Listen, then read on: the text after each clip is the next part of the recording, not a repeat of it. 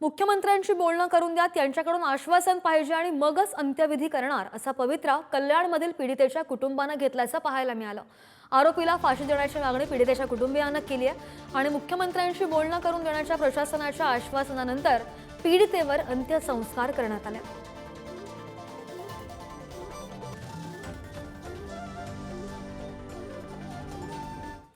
पुढच्या बातमीकडे वळतोय। भाजपच्या आमदार चित्रा वाघ यांनी कल्याणमध्ये पीडित कुटुंबियांची भेट घेतली आहे। देवाभाऊ घटनेवर लक्ष ठेवून आहेत आणि विकृतांना ठेचून काढण्याची गरज आहे। नराधम विशाल गवळीला फाशीची शिक्षा होणार असंही वक्तव्य चित्रा वाघ यांनी केल्याचं पाहायला मिळालं। बातमी पाहतोय कल्याणमधून।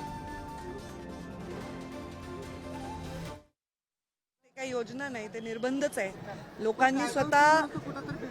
लोकांनी संस्कारातून माणसं तयार झाली पाहिजे, हे फार आवश्यकता आहे।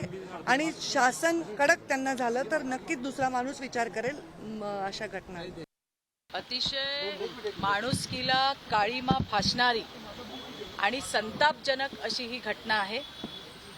यामध्ये सगळ्यात आधी मी तुम्हाला हे सांगते की या हरामखोर नराधमाला फाशीचं होणार आणि फाशीचं होणार।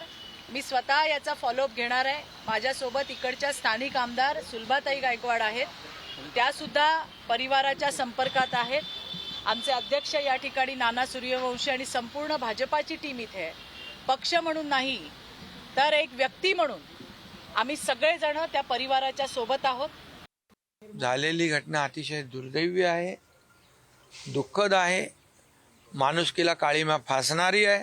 झालेली घटना अतिशय दुर्दैवी आमच्या परिवारातलीच घटना आहे असं समजून आम्ही त्या घटनेचं सरकारने गांभीर्याने घेतलेली आहे। फास्ट ट्रॅकला केस घेऊन या ठिकाणी फाशीची शिक्षा लागली पाहिजे यासाठी सरकार पूर्णपणे गांभीर्याने या ठिकाणी या घटनेकडे पाहते। कुठल्याही दुर्घटनेचं राजकारण करू नये। झालेली घटना दुर्दैवी आहे, परंतु त्याचं राजकारण करणं त्याहीपेक्षा दुर्दैवी होऊ शकतं।